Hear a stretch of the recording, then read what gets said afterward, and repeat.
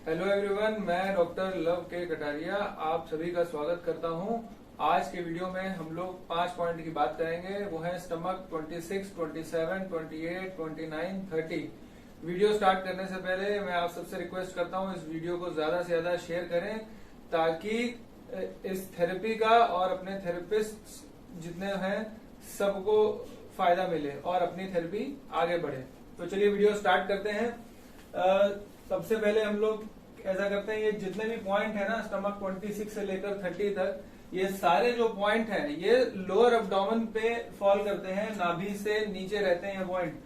तो इसको लोकेट कैसे करना है, बड़ा इजी है। नाभि है ये, नेवल तक गए, नेवल से आप एक चुन नीचे जाएंगे तो CV7 पॉइंट आएगा और ये सारे पॉइंट लोअर एब्डोमेन पे भी 2 चुन लेटरली ही मिलेंगे। तो एक एक चुन आप नीचे जाते जाएंगे। CV7 के सामने ST26 है, फिर CV5 है 2 चुन पे नीचे, तो स्टमक 27 उसके सामने, CV4 के सामने ST28, CV3 के सामने ST29 और CV2 के सामने ST30 है। तो ये तो हो गई लोकेशन की बात। आइए एक एक करके पॉइंट्स को देखते हैं। तो स्टमक 26 जो है उसका नाम है वेइलिंग और इसका मतलब होता है आउटर माउंड। अब माउंड का मतलब है कि कब्र, ठीक है। तो वहां चाइना में लोगों को दफना देते हैं। तो वो जो कब्र की बात कर रहा है, तो यहाँ पे जो रेक्टस एब्डोमिनस मसल होती है, ठीक है, तो वहां पे उस तरीके का एक उभार सा रहता है और वो माउंड की तरह सा लगता है। तो इसलिए ये लोग इसको माउंड नाम दे दिया है इसको, ड्यू टू इट्स लोकेशन। और माउंड जो है वो अर्थ से रिलेटेड है। Again earth is related to stomach and spleen, तो उस हिसाब से कोरिलेशन है। तो एक बात और बता दूं, इधर के जितने भी पॉइंट्स हैं एज ए लोकल पॉइंट आप यूज करोगे, तो यहाँ जितने भी ऑर्गन्स हैं, देखिए नेवल से ऊपर के जितने पॉइंट्स थे वो स्टमक इंटेस्टाइन को इन्फ्लुएंस कर रहे थे। उससे ऊपर के जो पॉइंट्स थे वो रिब केज में जितने भी पॉइंट्स थे वो चेस्ट को, लंग्स को इन्फ्लुएंस कर रहे थे। तो यहाँ पे भी उसी तरीके से लोअर एब्डोमेन में जैसे यूट्रस है, यूरिनरी ब्लैडर है, कुछ पॉइंट इंटेस्टाइन को भी इन्फ्लुएंस करेंगे, साथ में जेनाइटल्स को भी इन्फ्लुएंस करेंगे। तो एक एक करके हम लोग और उसको डिटेल में समझते हैं। साथ ही साथ सारे पॉइंट्स जितने भी हैं वो ची को मूव कराते हैं। तो इसी तरह ये इसका जो काम है ये रेगुलेट करता है ची को, और ची अगर रुक गई है तो चला देगा। तो अगर इस एरिया में नाभि के नीचे थोड़ा आसपास में अगर कहीं पेन वगैरह है, एब्डोमिनल पेन है, डिस्टेंशन सा हो रहा है, डिस्मेनोरिया अगर भी एक इसका है, अगर ची स्टैग्नेशन की वजह से पेनफुल मेंसेस हैं, तो भी आप ये पॉइंट यूज कर सकते हैं। इसके बाद जो नेक्स्ट पॉइंट है ये है स्टमक 27, जिसका नाम है डाजू। इसका मतलब होता है ग्रेट। अब आप इसको अगर पैल्पेट करके देखेंगे अपनी बॉडी पे, तो ये सबसे greatest part of the lower abdomen पे लोकेटेड है। तो इसीलिए ये लोअर पार्ट में लेटरल साइड पे अगर कहीं डिस्टेंशन है, फूलापन है या सूजन वगैरह है, तो उस केस में हम इसको देते हैं। बेसिकली इसका जो मेन काम है, देखिए अगर लोअर एब्डोमेन में अगर डैम्पनेस आ रही है और डैम्पनेस के कारण कहीं यूरिन में कोई दिक्कत आ रही है, तो यूरिन रिलेटेड प्रॉब्लम्स की मतलब सूजन आ गई और फिर यूरिनेशन में भी दिक्कत है, तो वहां पे भी देंगे। या फिर डैम्पनेस आ गई और उसको यूरिन के थ्रू बाहर कराना है, तो भी हम उसको देंगे। तो उसके इंडिकेशंस हैं जैसे difficult urination, retention of urine and so on. Basically ये यूरिन से रिलेटेड एक्सेस पैटर्न्स में इंडिकेटेड है। दूसरा जो मेन फंक्शन है वो है benefits kidney and firms the essence. तो अगर ये एसेंस को फर्म कर रहा है, तो अब इस रीजन में एसेंस से रिलेटेड सारा रिप्रोडक्टिव फंक्शन है। तो जैसे प्री मैच्योर इजैक्यूलेशन है, सेमाइनल एमिशन है, नॉक्टर्नल एमिशंस है या रेगुलर मेंसेस। तो इस एरिया से रिलेटेड जितना भी किडनी का काम है लोअर पार्ट से, वो सारे उस तरह के इंडिकेशंस आपको मिल जाएंगे। इसके बाद जो अगला पॉइंट है वो है स्टमक 28। ना स्टमक 28 का नाम है सुई डाओ और इसका मतलब होता है वाटर पैसेज। तो नाम से ही समझ में आ रहा है, ये जो वाटर पैसेज नाम दिया हुआ है, ये बॉडी फ्लूइड्स का ट्रांसपोर्ट और मेटाबॉलिज्म को रेगुलेट करने वाला ये पॉइंट है। तो इसीलिए उसका फंक्शन भी है। और ये देखिए CV4 के सामने, CV4 बड़ा इंपॉर्टेंट पॉइंट है, उसके सामने ये पॉइंट है। तो इसका फंक्शन होता है opens water passage of lower abdomen, ठीक, और एक्सक्रीशन। तो जैसे ST27 काम कर रहा था वैसे ही ये भी काम कर रहा है। तो अगर कहीं रिटेंशन ऑफ यूरिन, फीसिस या फिर एडमा वगैरह आ रहा है लोअर एब्डोमेन में, तो आप ये पॉइंट का यूज करेंगे। जनरली स्प्लीन यांग डेफिशिएंसी में जब सूजन वगैरह बहुत भारी बना जाता है तो ये पॉइंट बहुत अच्छा काम करता है। तो कहीं भी अगर पानी इकट्ठा हो रहा है, इसके अलावा ये ची और ब्लड को बहुत अच्छे से मूव करता है, लोअर बर्न, यही लोअर एब्डोमेन में बहुत अच्छे से मूव करता है। तो इसी के इंडिकेशन देखिए, अब जैसे मान लीजिए फाइब्रॉइड है, तो अगर ची स्टैग्नेशन या ब्लड स्टैग्नेशन की वजह से फाइब्रॉइड हो रहा है, नॉट ड्यू टू फ्लेगम, हालांकि फ्लेगम में भी इसको यूज कर सकते हैं, बट मेनली ची और ब्लड स्टैग्नेशन के केसेस में इसका रिजल्ट ज्यादा अच्छा रहेगा। उसी हिसाब से ची स्टैग्नेशन की वजह से जो मूवेबल मासेस बनते हैं वो आप इसमें इंडिकेटेड है। Dysmenorrhoea, infertility. अब देखिए इनफर्टिलिटी में ज्यादातर कॉजेज में काम करेगा, लेकिन स्पेशली डैम फ्लेगम से रिलेटेड अगर ये कॉज है तो ये बहुत अच्छा काम करेगा। अगला जो फंक्शन है वो है लंबर पेन का। तो लंबर पेन इसलिए है क्योंकि देखिए स्टमक चैनल जो है उसका जो सिन्यू चैनल होता है वो ये लोअर रिब से पास होता है और स्पाइन को कनेक्ट करता है, पीछे की तरफ ये कनेक्ट करता हुआ जाता है। तो इसलिए लंबर पेन में भी ये इंडिकेटेड है। या एक दूसरा जो प्रिंसिपल है कि फ्रंट ट्रीट्स बैक, एक ये भी प्रिंसिपल होता है TCM में, तो उस प्रिंसिपल को ये बेसिकली फॉलो कर रहा है।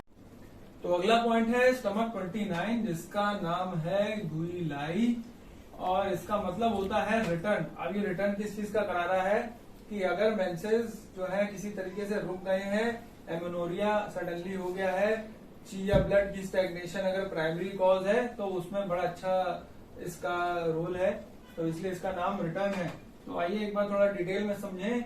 इसकी लोकेशन भी देखिए आप, तो ये बिल्कुल मतलब ओवरी यूट्रस के आसपास का एक ही एरिया है, और यहाँ पे थोड़ा ब्लैडर वगैरह भी रहता है, तो एरिया बड़ा नियर बाय है, और इसलिए इसके सारे इंडिकेशंस इसी से रिलेटेड है। तो देखिए जो सबसे एक लाइन में अगर इसको समझाना है इसके फंक्शन को, ये वार्म करता है लोअर एब्डोमेन को। तो इस एरिया में जेनाइटल्स भी आ रहे हैं और यूट्रस भी आ रहा है। और देखिए इस एरिया में अगर किसी भी तरीके का ब्लड सर्कुलेशन में कमी या कोल्ड हो जाएगा, स्पेशली अगर हम स्पेसिफिकली बोले कोल्ड अगर हो जाता है, या ची या ब्लड की स्टैग्नेशन हो जाती है, तो कोई ना कोई तरह की प्रॉब्लम आ जाएगी।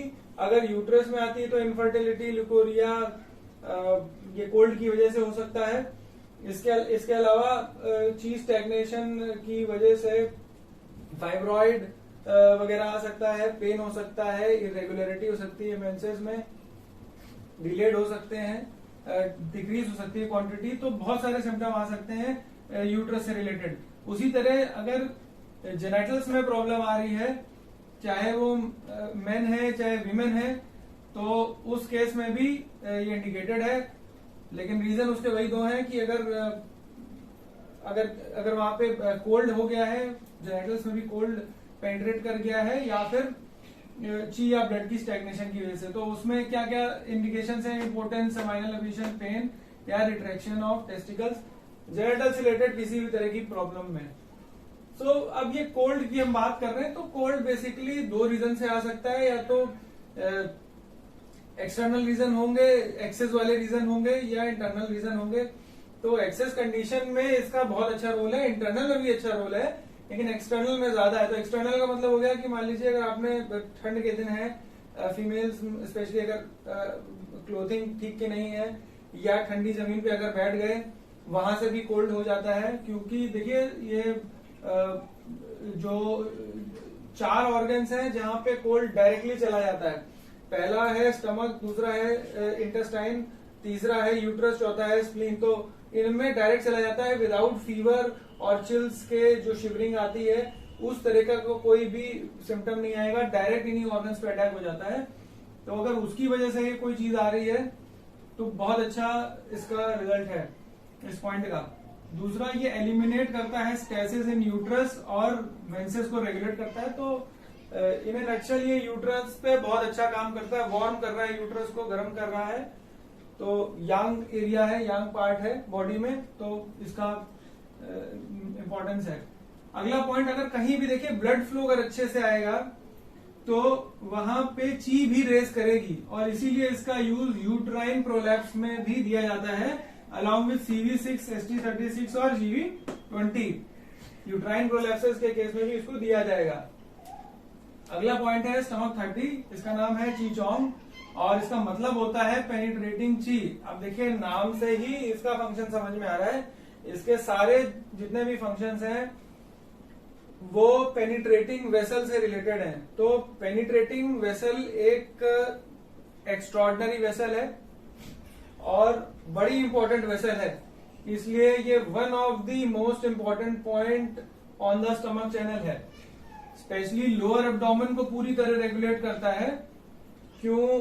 ठीक है, एक तो वो रेगुलेट करता है, तो इसमें आप समझ लीजिए इसके जितने भी फंक्शंस हैं, जितने भी यहाँ पे हैं, मान लीजिए इंटेस्टाइन में अगर कहीं कुछ प्रॉब्लम आई, या फिर जेनाइटल्स में, यूट्रस में, या यूरिनरी ब्लैडर में, तो आंख बंद करके आप लोअर एब्डोमेन के लिए पॉइंट तो आप चूज कर ही सकते हैं अगर कुछ भी समझ में नहीं आ रहा।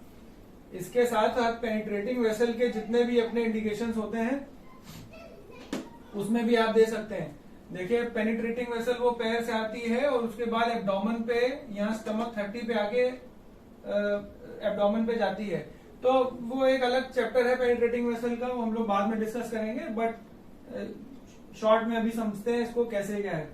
तो पेनिट्रेटिंग वेसल जो है इसका बहुत ज्यादा इन्फ्लुएंस है लोअर एब्डोमेन पे, और इसीलिए जेनाइटल या यूट्रस या मेंसेस से रिलेटेड जितने भी प्रॉब्लम्स हैं जो भी हम लोग ने पहले डिस्कस किए हैं, लगभग सब वही इंडिकेशंस यहाँ पे भी यूज में आएंगे। दूसरा, अगर मान लीजिए पेनिट्रेटिंग वेसल में जनरली जो सबसे कॉमन प्रॉब्लम आती है एक्सेस कंडीशंस में आती है, और वो होती है ची रेबेलियन। और ची रेबेलियन के साथ अगर लोअर एब्डोमेन में कहीं कुछ डिस्टर्बेंस है एनर्जी का, तो उससे जो प्रॉब्लम आती है उसको बोलते हैं रनिंग पिगलेट ची। अब ये रनिंग पिगलेट ची क्या होता है? देखिए लोअर एब्डोमेन में कुछ डिस्टर्बेंस है, उसकी वजह से क्या होगा, सडनली ची बहुत फोर्स के साथ रश करेगी चेस्ट के ऊपर या थ्रोट तक, और पेशेंट को लगेगा कि उसका गला दब रहा है, अचानक से वो मर जाएगा। और उस केस में ये पॉइंट बहुत अच्छा काम करता है। मैंने प्रैक्टिकली ऐसा पेशेंट देखा हुआ है, मेरे पास एक पेशेंट आया था, वो पेशेंट के टिपिकल यही सिम्टम्स थे कि उसे लगा कि रात में सोते सोते कोई उसका गला दबा रहा है। तो वो उसको कई बार ऐसा हो चुका था, और उनको लगता था कि कोई भूत प्रेत है या कोई और ही खेल चल रहा है। सब कुछ कराने के बाद आए थे, कोई कुछ रिजल्ट नहीं मिला, तो उसके बाद मैंने इनको शायद 1 या 2 बार ट्रीटमेंट दिया था। आज 2 साल हो गए, वो पेशेंट को दोबारा वो चीज नहीं हुई है। तो देखना पड़ेगा आपको कहाँ पे क्या चल रहा है, हर चीज आप दूसरी चीजों से रिलेट नहीं करेंगे। तो ये अगला पॉइंट है point of sea of food. इसका फूड से आप रिलेशन निकाल सकते हैं कि कहीं ना कहीं स्टमक से रिलेटेड है। तो स्टमक पॉइंट भी स्टमक 30 है, तो ये क्या करता है कि स्टिमुलेट करता है स्टमक और स्प्लीन दोनों के फंक्शन को, जिसकी वजह से ची भी पूरी बॉडी की टोनिफाई हो जाती है। अगला जो फंक्शन है वो ये है कि ये प्री हेवन और पोस्ट हेवन ची दोनों को टोनिफाई करता है। कैसे है कि भाई पोस्ट हेवन ची तो हमने देख लिया कि स्टमक और स्प्लीन को टोनिफाई कर रहा है, लेकिन प्री हेवन ची से कैसे रिलेटेड है, क्योंकि ओरिजिनेट ही किडनी के, दोनों किडनी के बीच में जहाँ पे एसेंस होता है वहीं से इसका ओरिजिनेशन है। इसलिए ये दोनों ही प्री हेवन और पोस्ट हेवन ची दोनों से रिलेटेड है और दोनों को ही टोनिफाई करता है। इसलिए ये बहुत बहुत इंपॉर्टेंट पॉइंट है। Thank you.